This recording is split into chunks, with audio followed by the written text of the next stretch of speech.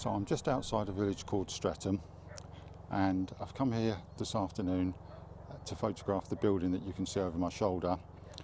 The building is known as Stretham Old Engine, and it was the last steam-powered engine responsible for draining the Fens. The engine was built about 200 years ago in about the 1830s, and it stopped operating in 1947. And this is part of my ongoing Fen project, and the reason I've decided to come and photograph this now is because the steam and the steam engines and the steam pumps were responsible for shaping the landscape that we now see as the Fens. So just to give you a bit of background, the Fens were formed about 12,000 years ago after the last ice age, when this area of East Anglia was flooded by the rising sea levels. And as time went on, people began to understand that the ground under the water was very, very fertile. And so steps were taken to drain various bits of it. The Romans made a really good effort, but they were draining it by hand, digging ditches. In the Middle Ages, that progressed. But when we got to the Industrial Revolution, the drainage of the Fens took on a wholesale scale, if you like, and machinery was used to pump water from the fields into the rivers, exposing the land and reducing the height of the peat that is right across the Fen region. So with that bit of background in mind, this was one of the last steam-powered engines from that time, from the Industrial Revolution, still draining the Fens in the 1940s. Since that time, diesel and now electric has taken over. So I wanted to photograph this as part of my project. Now, I'll be returning because the building is closed today, but they do have open days here, and I'll be fascinated to see what it's like on the inside. I was over there a little while ago and captured some footage from outside the building, but there's really not much to see. And I've got about half an hour until I lose the sunlight now. There are a few fishermen on the bank. They're all a bit curious about what I'm doing and why I'm talking to myself. Can't say as I blame them particularly. Talked to the guy on the narrow boat that's right in front, and I'm hoping to include that in the picture. But really the picture that I'm going to put together now is about the building. So I'm going to get set up, and then I'll talk you through what I'm doing. So I've set up right down by the water's edge. As you can see, you can just see over the top of my camera here. The view that I've got on the camera, I don't know if you can see that all right. Probably not, but I'll show you obviously the picture once it's been taken. But I'm including this beautiful boat in the foreground. Now, I was minded to shoot from higher up the bank, looking down onto the water, but from higher up the bank you can see more of a blue portaloo which stands in front of the building to the right of the frame at the moment. So coming down low has helped me to get rid of that without having to clone it. There's also a car parked to the right. That's not actually entering into the frame that I've got at the moment. And I've got a beautiful sky behind. So while I've got an opportunity, I'm just going to take a shot.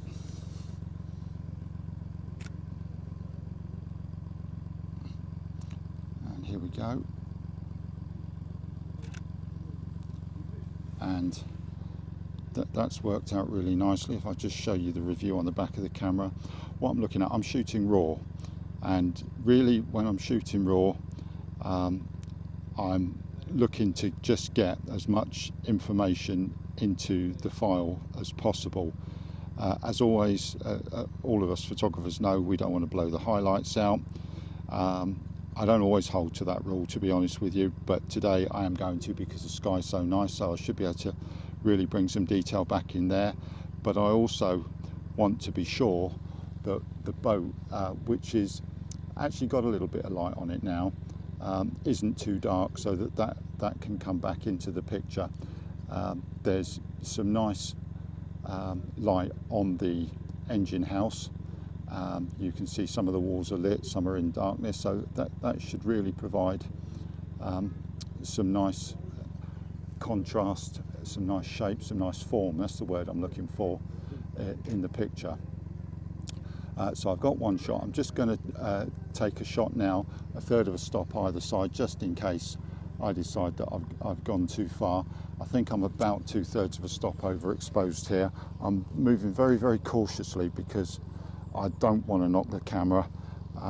It shouldn't fall in the water, but stranger things have happened. So let me just look at where I was. So no, the exposure as it is has dropped now. No, I'm getting a slightly different reading when the live view isn't on. So I'm just going to, there we go, there's another one, and that's okay. The only you just heard something in the reeds right in front of me, and I was just about to talk about the reeds and say I've probably got a bit too much of them in the frame, and so I'm just going to zoom a little bit now just to reduce their presence. But what I don't want to do is lose the very top of the chimney, so I'm going to need to adjust the framing that I've got. So I'm just going to need to put the camera down. I'll leave you looking at the building if I can. So the new framing that I've got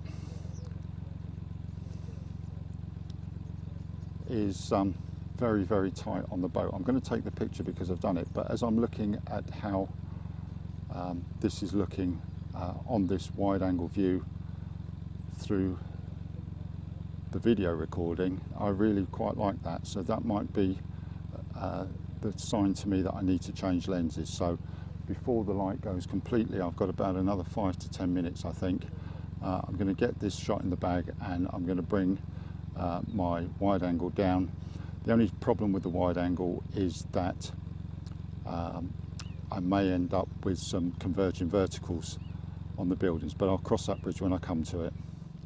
So wide angle lens is on now, 17 to 40 lens, and flat out at 17mm, and I've got a much wider shot.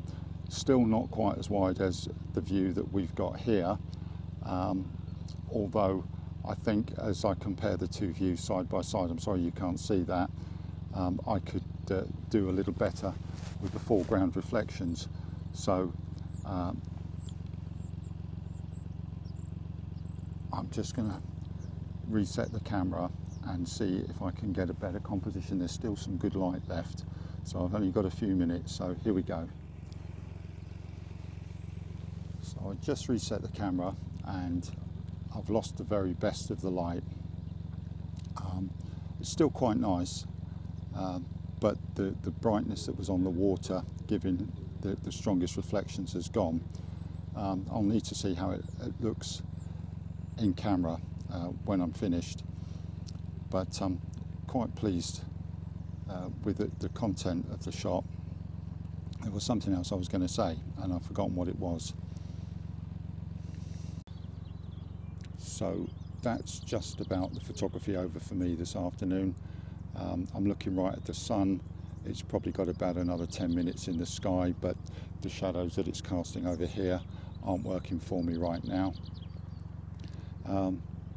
I've had a good hour or so at this location, and it's, as is explained, quite an important location as I see it in terms of the Fenland history. You know, buildings like this with the machinery that's inside them were a fundamental part of shaping the landscape around this area from about 250 years ago. So it seemed to me to be another good place to start understanding and exploring the Fenland area. And this is the way in which I think I see this project working. I'll do my research first, find out what I want to go and look at, what I want to see, where I want to explore, and then we'll go and explore. and then from that, that's going to inform really what I photograph and how I photograph it. So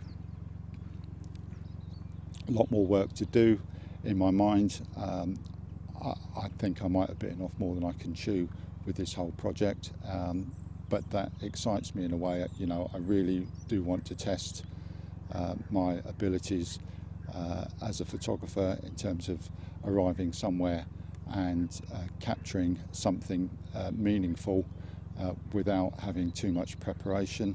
And also I'm excited to find out about the areas that I'm exploring.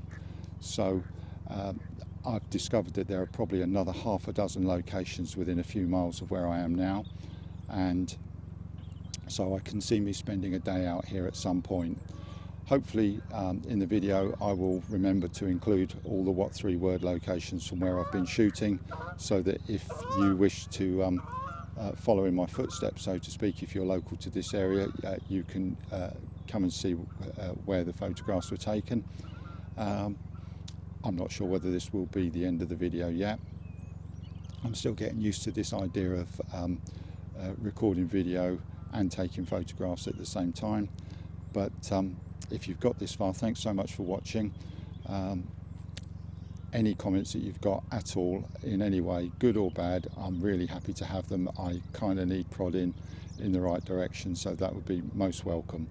So days are getting longer now. Weather is a little bit less grey. This evening was really nice, and so I'm hoping that I can increase the frequency of these videos. Thanks again. So in true photographer fashion, I have, as I've walked away,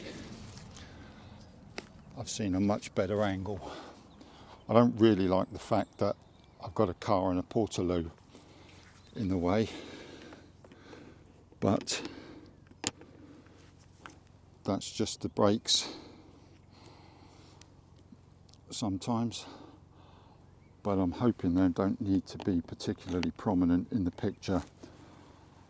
I can always clone them out, and I'm not too unhappy about cloning them out because they shouldn't be there really, neither the car nor the portaloo. So it's not like I'm changing the landscape in any way, shape or form.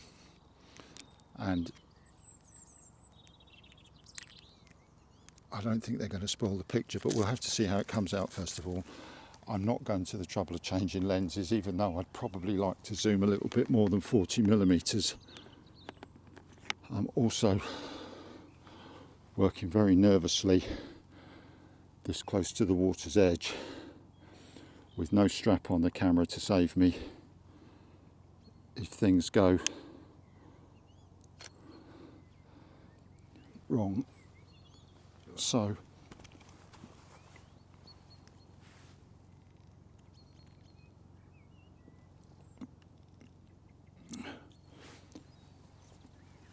as it happens, I've got a bit too much of this hard bank in the picture.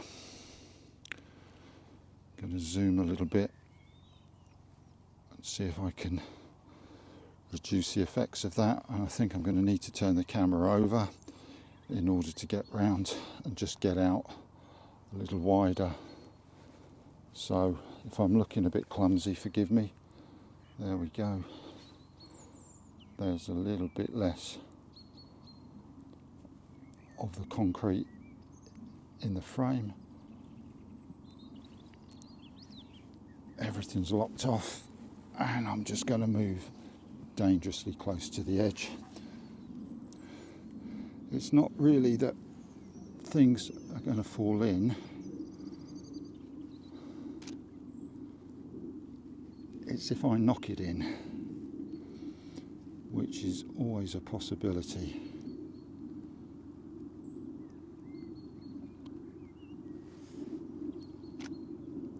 So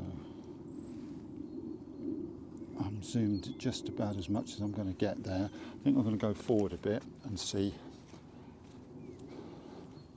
if I can't reduce the impact of this.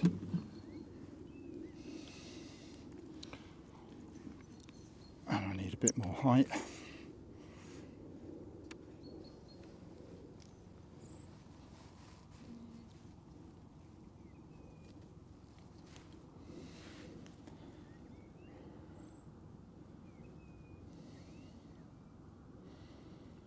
No, it's no good. I'm going to take a chance that the light's going to stay with me.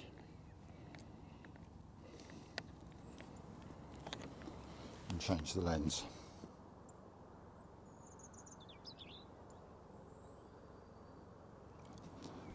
So, hopefully you can still see me. Lock the camera to the tripod. Live view back on. Zooming.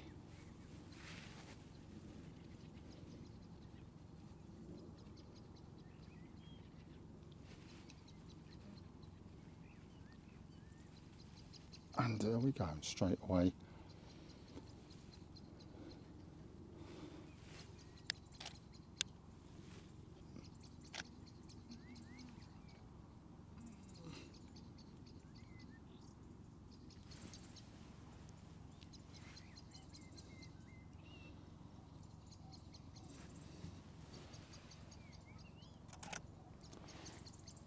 And we have a picture. I'd like a little bit of that sky to hold up, but I'm really pushing my luck with the shadows now, so I'll take one about there. I think that's got the most opportunity as a file. Yeah, I think that'll be okay. I think that'll work all right. And now I'm just wondering whether I can go to portrait mode.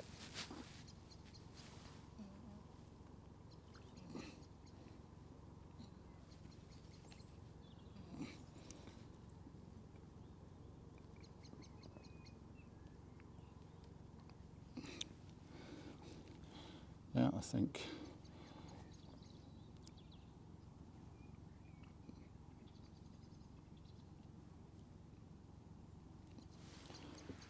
there we go. Don't really like the brambles and grasses on the left of the frame. I'm just going to go forward and see if I can dial those out and still keep the reflection.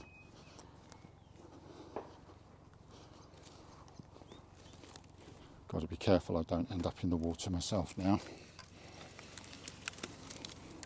And this is a very, very nervy location.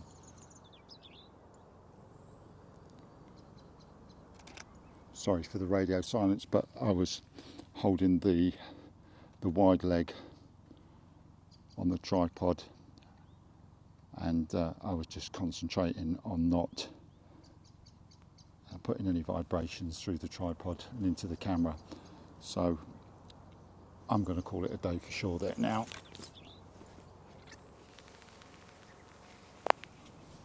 A quick review then of the pictures that I took this afternoon. The first thing to say is that one of the consistent themes that I really want to achieve throughout this project is more of a journalistic feel to many of the pictures that I want to include, though I still really want to produce images that have a strong visual appeal. And so looking at the first shot here of the Stretham old engine with the narrow boat parked in front of it on the banks of the Ouse, I essentially took 3 shots of this scene. One of them we can discount because I really didn't like it at all. It was too close. And ironically, I would have almost preferred it if the boat hadn't been in the picture, if it hadn't been parked there. It was really hard to achieve the sort of angle I wanted to achieve with the light that was there without including the boat. The boat is very attractive, but really I think anybody who looked at the picture without understanding what I was doing would think it was a picture of a boat with an old building in the background, rather than the building being the key feature of the picture. Nevertheless, you work with what you've got, and it really was a lovely scene, and the light for a few minutes was absolutely spot on. I fell completely in love with the sky behind the building, and for that reason, the first edit that I did, I brought the picture into Photoshop because I wasn't able to achieve what I wanted to achieve with the sky in Lightroom.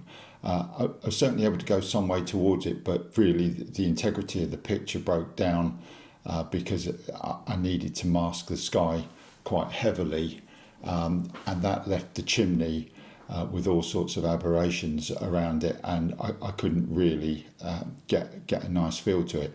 So the first edit that I'm showing you here is a very, very strong edit, and I quite like it, but it's just a little bit too over the top. As I mentioned, one of the pictures we can discount, it was too close, too cramped.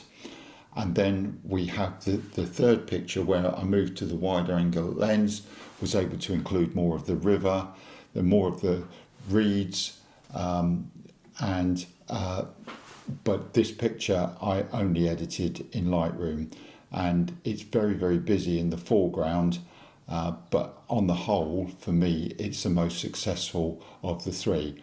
I haven't achieved quite the impact with the sky that I experienced while I was there, but on the whole, I'm quite pleased with it.